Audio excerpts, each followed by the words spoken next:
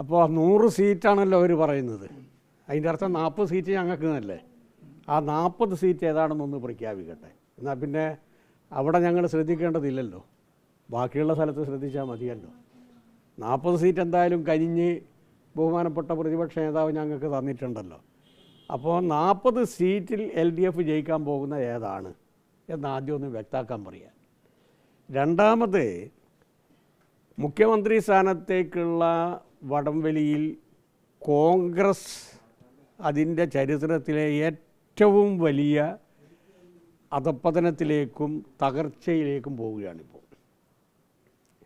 ഐക്യമാണ് എന്ന് അവർ പറയുന്നുണ്ടെങ്കിൽ ഈ വയനാട്ടിൽ ചേർന്ന അവരുടെ നേതൃത്വ യോഗത്തിൽ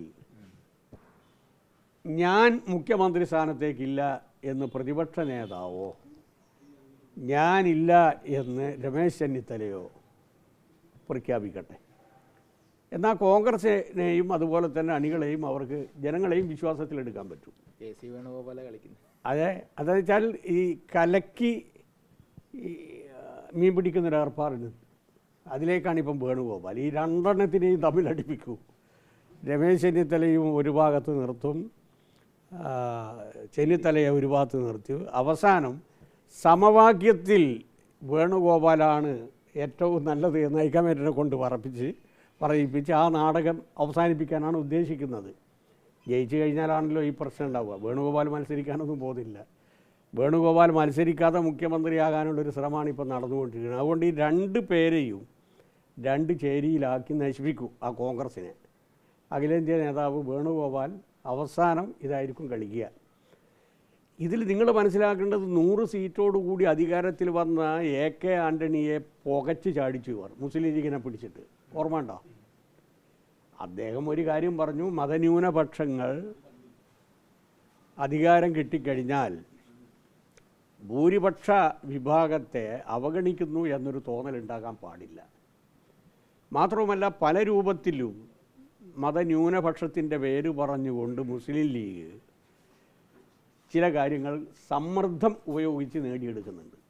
അത് AK ആൻ്റണി പറഞ്ഞ കാര്യമാണ് ഞാനീ പറയുന്നത്. അദ്ദേഹത്തെ പുകച്ച് അടിച്ചു എന്ന് മാത്രമല്ല, എയർപോർട്ടിൽ വെച്ചാണ് രാജിക്കത്ത് എഴുതി വാങ്ങി. അതിൻ്റെ പിന്നിൽ ലീഗായിരുന്നു. ഓർമ്മ ഉണ്ടെങ്കിൽ ഒരു ചരിത്രം അത്.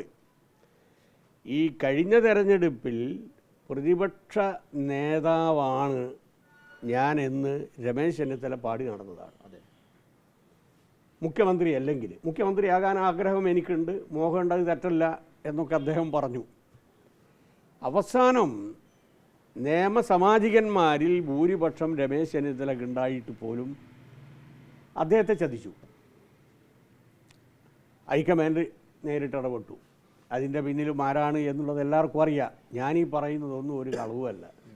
അവസാനം രമേശ് ചെന്നിത്തല പറഞ്ഞൊരു കാര്യം, പത്രക്കാരോട് പറഞ്ഞ കാര്യം, ഈ നാടകം ഇങ്ങനെ കളിക്കേണ്ടതുണ്ടായിരുന്നില്ലല്ലോ, എന്നോട് നേരിട്ട് പറഞ്ഞാൽ മതിയായിരുന്നല്ലോ. ഇതൊരു നാടകം. മറ്റൊരു നാടകം, ഉമ്മൻചാണ്ടിയുടെ ഭരണകാലത്ത് ഒരു വലിയ വിവാദമായൊരു പരാമർശം NSSൻ്റെ ജനറൽ സെക്രട്ടറി നടത്തിയിരുന്നു. താക്കോൽ സ്ഥാനം ഞങ്ങളുടെ സമുദായത്തിലുള്ള ഒരാൾക്ക് വേണമെന്ന്. അത് രമേശ് ചെന്നിത്തലയെ ഉദ്ദേശം വെച്ചുകൊണ്ടാണ്. ആ ഒറ്റ കാരണത്താൽ 1.5 വർഷം മന്ത്രിസ്ഥാനത്തേക്കുള്ള രമേശ് ചെന്നിത്തലയുടെ ആഗ്രഹം ഇല്ലാതായി. അവസാനം രമേശ് ചെന്നിത്തല പറഞ്ഞു, പത്രക്കാരോട് പറഞ്ഞു, എൻ്റെ വഴി ഞാൻ നോക്കാം, ഉമ്മൻചാണ്ടിൻ്റെ വഴി ഉമ്മൻചാണ്ടി നോക്കട്ടെ. അങ്ങനെ ഒരു പൊട്ടിത്തെറിയുടെ വക്കിലെത്തിയ സമയത്താണ് അവസാനം ആഭ്യന്തരം കൊടുത്തത്. ഓർമ്മയുണ്ടോ? ഓർമ്മയുണ്ട്. കരുണാകരനെ പുകച്ചിയാടിച്ചത് ചാരക്കേസിൻ്റെ അകത്താണ്. ഇവർ പരസ്പരം പാര വെച്ച് ആ പാർട്ടിയെ ഒരു പതനത്തിലേക്ക് എത്തിച്ചതിൻ്റെ ഭാഗമായിട്ടാണ് കഴിഞ്ഞ തെരഞ്ഞെടുപ്പിൽ 40 സീറ്റിലേക്ക് ഒതുങ്ങി നിന്നത്. BN സുധീരനെ മൂലക്കിരുത്തി, മുല്ലപ്പള്ളിയെയും മൂലക്കിരുത്തി. ഇപ്പോൾ രണ്ടാളെയും പൊടിയൊക്കെ മുട്ടി നല്ല കതറിൻ്റെ ഷർട്ടൊക്കെ കൊടുത്ത് രംഗത്തിറക്കാൻ വേണ്ടി ശ്രമിക്കുന്നുണ്ട് എന്നാണ് കേൾക്കുന്നത്. എന്തോ ആയിക്കോട്ടെ, അവരുടെ അഭ്യന്തര കാര്യം. പക്ഷേ ജമ്മത്തിൽ ഞാൻ ഉറപ്പിച്ച് പറയാം, ഇടതുപക്ഷ ജനാധിപത്യ മുന്നണിയുടെ 3ാം വരവിനെ ഇവരാര് വിചാരിച്ചാലും തടയാൻ കഴിയില്ല. ഇടതുപക്ഷ ജനാധിപത്യ മുന്നണി തന്നെ അധികാരത്തിൽ വരും. അതിന് ശക്തമായിട്ടുള്ള നേതൃത്വവും ഉണ്ടാവും. ഇടതുമുന്നണി ആയിരിക്കും നയിക്കുക? അല്ല, ആദ്യം തന്നെ പറഞ്ഞല്ലോ, ഇടത് മുന്നണിയെ പിണറായി തന്നെ നയിക്കുക എന്നുള്ളത് ആദ്യം ഗോവിന്ദൻ മാഷ് പറഞ്ഞല്ലോ. പിണറായി മത്സരിക്കും എന്നുള്ളതാണ്. അത് ആദ്യം പറഞ്ഞില്ലേ, ഇടത് മുന്നണിയെ നയിക്കുന്നത് പിണറായി ആയിരിക്കുമെന്ന് ഗോവിന്ദൻ മാഷ് പ്രഖ്യാപിച്ചതാണ്. പിന്നെ മുഖ്യമന്ത്രി ആരാകണം എന്താകണം എന്നുള്ള തെരഞ്ഞെടുപ്പിന് ശേഷമാണ്. ആദ്യം തന്നെ ഞങ്ങൾ ജനിക്കാത്ത കുട്ടിക്ക് ഞങ്ങൾ ജാതകം എഴുതാറില്ല. ഇപ്പോൾ കോൺഗ്രസ് ചെയ്യുന്നത് എന്താണെന്ന് വെച്ച് കഴിഞ്ഞാൽ എബോർട്ടാകാൻ പോകുന്ന കുട്ടിയുടെ ജാതകം എഴുതി നടക്കുകയാണ് അവരിപ്പോൾ. ഇപ്പം തന്നെ മുഖ്യമന്ത്രി ആരാണ്, പേഴ്സണൽ സ്റ്റാഫിലാര് വേണം, എൻ്റെ ഓഫീസിലാര് വേണം, പോലീസിലാര് വേണം, എന്നെ സഹായിക്കുന്ന ഉദ്യോഗസ്ഥന്മാരായിരിക്കണം എന്നൊക്കെ ഇപ്പം ചർച്ച നടത്തിക്കൊണ്ടിരിക്കുകയാണ്. BJP അതേപോലെ തന്നെയാണ് ചെയ്യുന്നത്. എന്തൊരു പരിഹാസമാണിത്. തെരഞ്ഞെടുപ്പ് നടന്നിട്ടില്ല, അതിനേക്കാളും മുമ്പേ മുഖ്യമന്ത്രി പേഴ്സണൽ സ്റ്റാഫ് നിശ്ചയിക്കുകയാണ്. ഈ പരിഹാസ്യമായ നാടകത്തിന് തക്കതായ നടപടി കേരളത്തിലെ ജനത നൽകും. ശബരിമലയാണല്ലോ വീണ്ടും ഉപയോഗിക്കാൻ പോകുന്നത്. ആദ്യം പറയേണ്ടത്, ആദ്യം പോറ്റി കയറിയത് എവിടെയാ കയറിയത്? സോണിയാഗാന്ധി. അപ്പോൾ പോറ്റിയെ കയറ്റിയത് എന്തിനാണ്? സോണിയാഗാന്ധി ആദ്യം പറഞ്ഞു.